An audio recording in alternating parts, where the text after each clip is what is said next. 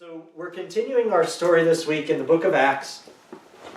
Last week we finished chapter 24. And if you remember, at the end of chapter 24, Felix kept talking to Paul. Paul's been arrested a while back, and they keep talking back and forth. Felix keeps hoping that someone is going to bribe him to let Paul go. And so he just keeps him there. For 2 years he keeps him a prisoner, knowing that he's innocent. Felix knows he's innocent, but he's still not willing to let him go. And so after 2 years, I mentioned last week that there are rumors, and some people believe that the Jews actually complained to Caesar Augustus at this time, if I remember right, complained to him about Felix because Felix was not executing Paul for him. And so, and so that's kind of what's going on. And Felix has been replaced after 2 years of Paul's imprisonment by Festus. And trying to gain a little bit more favor with the Jews, Felix leaves Paul in prison instead of releasing him. And Felix says it at the beginning, that Paul is innocent. And so now we come to Festus being the governor. And so in chapter 25, we begin. It says, "Now when Festus had come to the province, after 3 days he went up from Caesarea to Jerusalem. Then the high priest and the chief men of the Jews informed him against Paul, and they petitioned him, asking for favor against him, that he would summon him to Jerusalem, while they lay in ambush along the road to kill him. But Festus answered that Paul should be kept at Caesarea, and that he himself was going there shortly.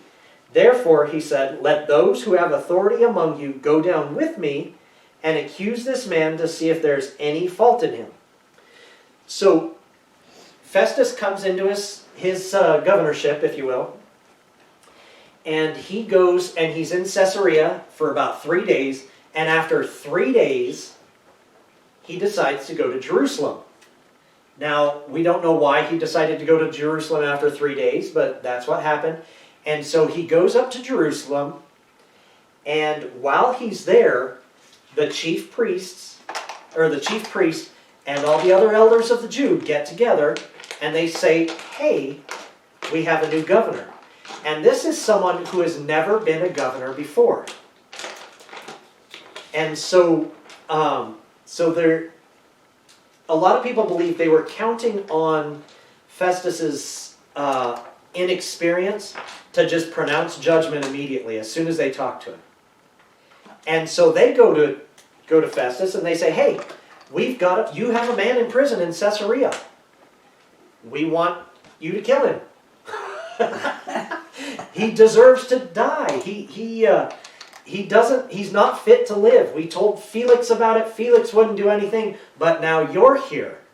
And if it's true that they went and complained to the emperor about Felix, and that's why he was displaced as the governor, then they're kind of lording it over Festus now, going, "Hey, we told Felix to do it and he wouldn't do it.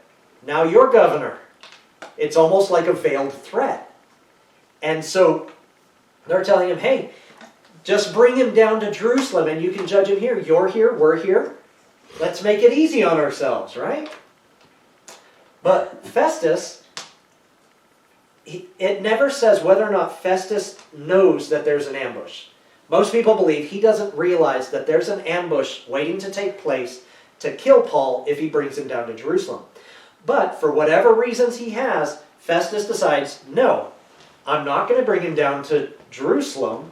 I'm going up to Caesarea in just a few days. You come with me and we'll hold the trial up there. Because bringing a prisoner down from Caesarea is going to be a big pain. I don't want to do it." And so he says, "I'm shortly going up to Jerusalem, so you need to go ahead, come up with me to Caesarea, and we will decide it there." And he says, "And we'll see if there's any fault in the man." So he's already telling them, I'm not going to bring him down here. That was his initial thing. And so in verse 6, it says, and when he had remained among them more than 10 days, he went down to Caesarea. And the next day, sitting on the judgment seat, he commanded Paul to be brought. When he had come, the Jews who had come down from Jerusalem stood about and laid many serious complaints against Paul, which they could not prove, while he answered for himself, neither against the law of the Jews, nor against the temple, nor against Caesar have I offended in anything at all. Paul is very clear. He has a very simple defense. They're lying. I haven't done anything. And so that's basically what he's doing. After 10 days in Jerusalem,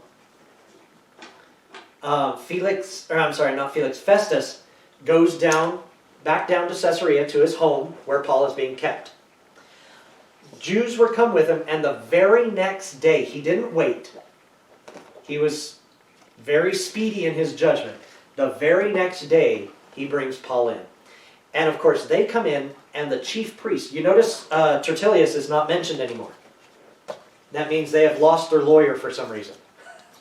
And so it's just the chief priest, the high priest. High priest has changed since this point. It is no longer the same high priest that arrested Paul. It's a new high priest.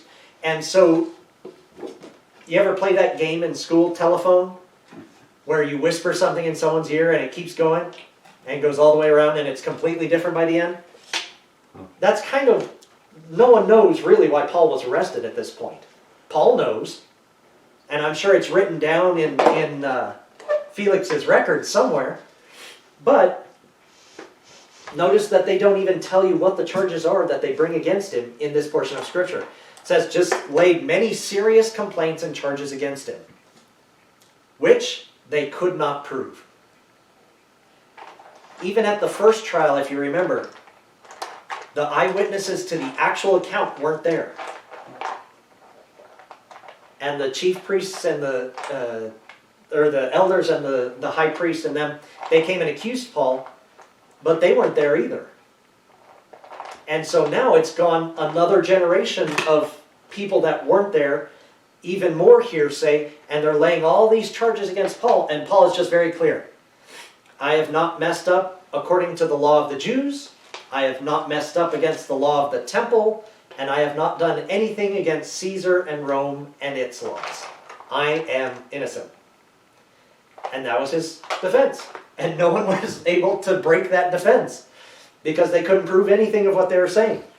And so in verse 9, it says, but Festus, wanting to do the Jews a favor. Once again, still trying to get the Jews' favor. Wanting to do the Jews a favor, answered Paul and said, are you willing to go up to Jerusalem and there be judged before me concerning these things? And I can imagine as soon as he said this, the Jews got very excited, because they're still counting on an ambush to kill Paul if he ever goes back to Jerusalem. And so I'm sure they got very excited. They're like, great, he's going to do it. And in verse 10, it says, so Paul said, I stand at Caesar's judgment seat, where I ought to be judged. To the Jews I have done no wrong, as you very well know. For if I am an offender, or have committed anything deserving of death, I do not object to dying. But if there is nothing in these things of which these men accuse me, no one can deliver me to them. I appeal to Caesar. Then Festus, when he had conferred with the council, answered, you have appealed to Caesar? To Caesar you shall go. And so this is interesting. This is where Paul once again asserts his Roman citizenship. Because the common man who is not a Roman citizen could not appeal to Caesar. This is one of the benefits of being a Roman citizen. Is any Roman citizen who is accused of any crime could appeal to the highest judgment in the land, which was conducted by the emperor himself. That was Roman law. And so Paul looks at them, and he says, Festus tells him, are you willing to go back to Jerusalem and there I'll make a decision on your case? Well, Paul knows the reason he went to Caesarea because someone was trying to kill him. They were waiting for him to be brought back into the council, and they were going to attack before that. He doesn't know if Festus knows that or not, and if Festus will even protect him. So he says, you know what? No. I am not willing to go to Jerusalem. I stand at Caesar's judgment seat. I am a Roman citizen. I am exercising my right to go and be judged by the emperor himself concerning these matters. And so he says, that's where I ought to be judged.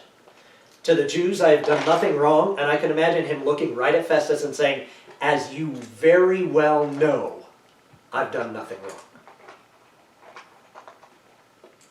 If I had done something wrong deserving of death, I don't object to dying.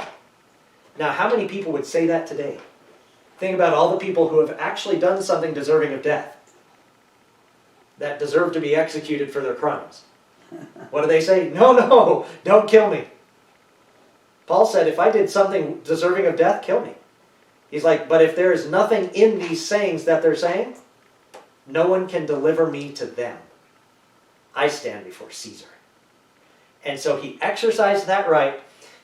At this point, Festus goes, okay, just a minute. He goes to the side with his council. Remember, he's a brand new governor. He has never governed any territories before. This is his first shot. And so he goes to the side to his counselor to ask some advice. He's like, what do you guys think? Should I send him to Caesar? Should I just say he's innocent, let him go home? Should I take him down to Jerusalem whether he wants to? What is it? And they all said, well, he's a Roman citizen. I can imagine this conversation. It's not recorded, but I can imagine this conversation of them going, he's a Roman citizen. He's appealed to Caesar. As your first official act as governor, are you going to deny a Roman citizen his right? Let's think about this for a minute. Caesar has just appointed you governor. And now you're not going to send someone to him that appeals to him? And so he comes back and he says, you've appealed to Caesar? To Caesar you shall go. And so that council kind of closes out that ruling, that trial, if you will. And so all the Jews, presumably, go back to Jerusalem. Paul gets to sit and wait till he can be sent. That also passes the buck off of his shoulders. It does. It gets rid of the problem. It gets rid of the problem, and now the Jews have nothing to accuse Festus about, because if they say, hey, he didn't do the judgment he should have to the emperor, Festus's defense is, he appealed to you. I had to wait till I could send him to you. And so that's what's really going on now. And so in verse 13 it says, after some days, King Agrippa and Bernice came to Caesarea to greet Festus. Okay, I'm going to pause right there. I'm just going to stop with that one verse. After some days, King Agrippa and Bernice.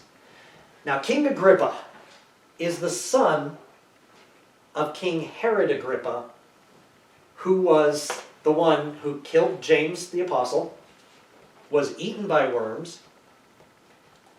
If you remember, what's her name? Not Bernice, but we met her earlier. She was his son, or his daughter. Oh, good heavens. What was the name? Drusilla. Thank you. Yeah. There it is. Drusilla, who was Jewish. That's this King Agrippa's sister. And Bernice is also his sister. So now you have a family of three. The brother, who is King Agrippa at the moment, the two sisters, Drusilla and Bernice. All of them are there. And Bernice was married to another guy, her uncle, named Herod. He died, and she went to live with her brother, King Agrippa. And there were many, many rumors about Bernice and Agrippa being lovers. And so we have this whole incestuous family situation going on. In fact, later on, in order to help kill those rumors off, Bernice actually marries again a king of another region. But when he bothers her or whatever it is, she ends up divorcing him and going back to her brother. And so there's this whole situation going on inside the family. This is all family. This isn't just two kings, or a governor and a king. But this is a governor. The king is of another area. So the king actually has no authority over what Festus is doing. But this is his brother-in-law. And more than likely, they came up not just to greet him and congratulate him on his promotion to governor, but they came to party. They came to have a good time. And so after many days of them being there, we pick it up in verse 14. And also King Agrippa, Bernice, and Drusilla are all Jewish descent. So they know what's going on as far as Jewish tradition goes. They have that knowledge. They may not be practicing, but they have the knowledge.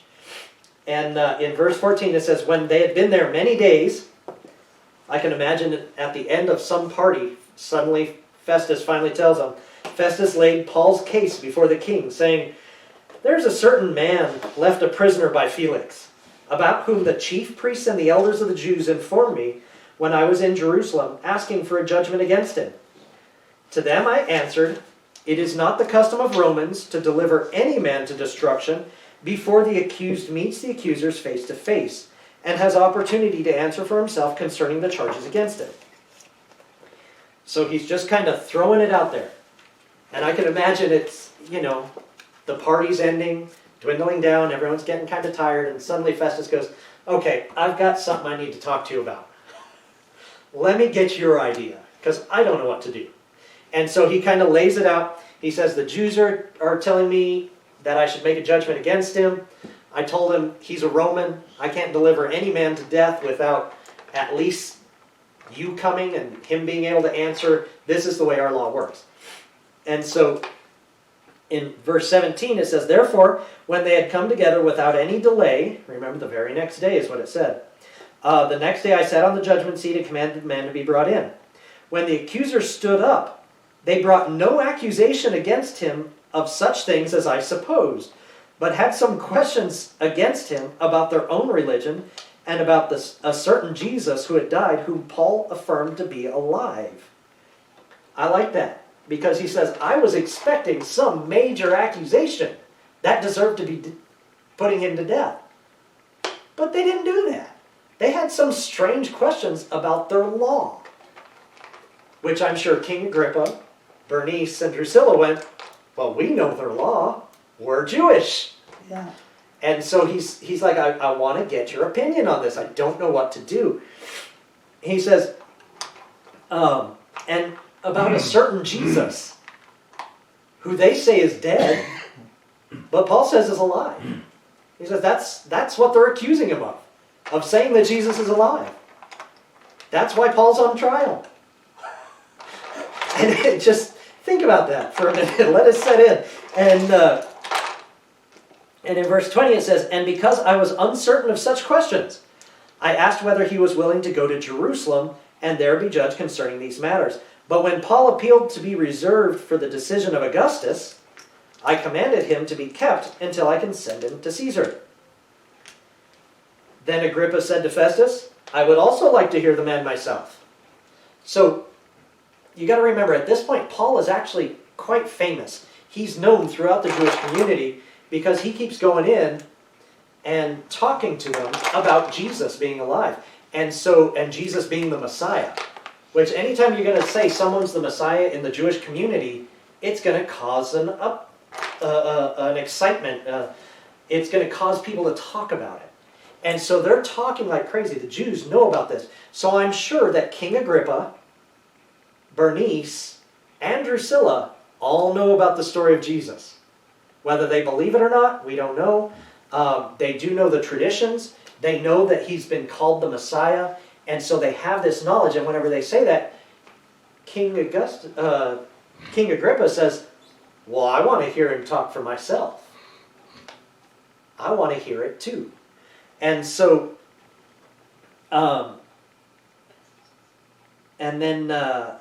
Festus says, tomorrow, he said, you shall hear him. So once again, they're not going to wait. He says, we've been partying for several days now. We're kind of tired of this. Our next entertainment is going to be listening to Paul. Because you know, like I said, King Agrippa really doesn't have any jurisdiction whatsoever over this particular matter because it's not in his area or region. And so Festus is like, okay, tomorrow, let's listen to Paul. You want to hear him? We'll do it right away. So in verse 23 it says, so the next day, when Agrippa and Bernice had come with great pomp, they entered the auditorium with the commanders and the prominent men of the city. At Festus's command, Paul was brought in.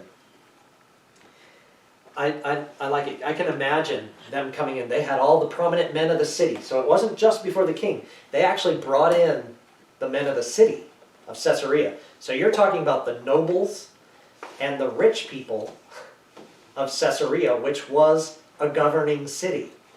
So you've got some very influential, the movers and shakers that are in that area of the Roman government are coming in to listen to Paul. Paul is being given an opportunity through these trials to witness about Jesus to the highest class of Roman citizen there is. And it's really interesting. Of course, other than the emperor. Later on, before he dies, he does testify before the emperor. It's not recorded in Scripture, but it is recorded in history. And so they come in. They have all of them come in, and then with great pomp. You know, I always think of a graduation ceremony, probably because I was in the band, and we always played that same song, Pomp and Circumstance. And it went on forever. You played that thing until you were so tired of that song that you wish you could burn all the copies, you know?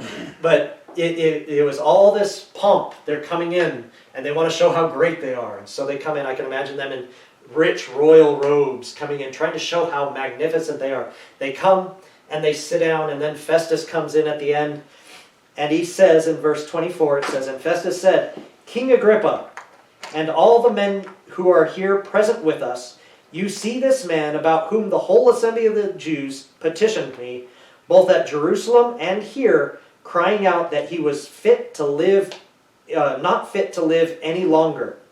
But when I found that he had committed nothing deserving of death, and that he himself appealed to Augustus, I decided to send him. I have nothing certain to write, my lord, concerning him. Therefore, I have brought him out before you, and especially before you, King Agrippa, so that after the examination has taken place, I may have something to write. For it seems to me unreasonable to send a prisoner and not to specify the charges against him. I love it because I can see this crazy ceremony where everyone's coming in and everyone's, oh, there's King Agrippa. Oh, there's Bernice.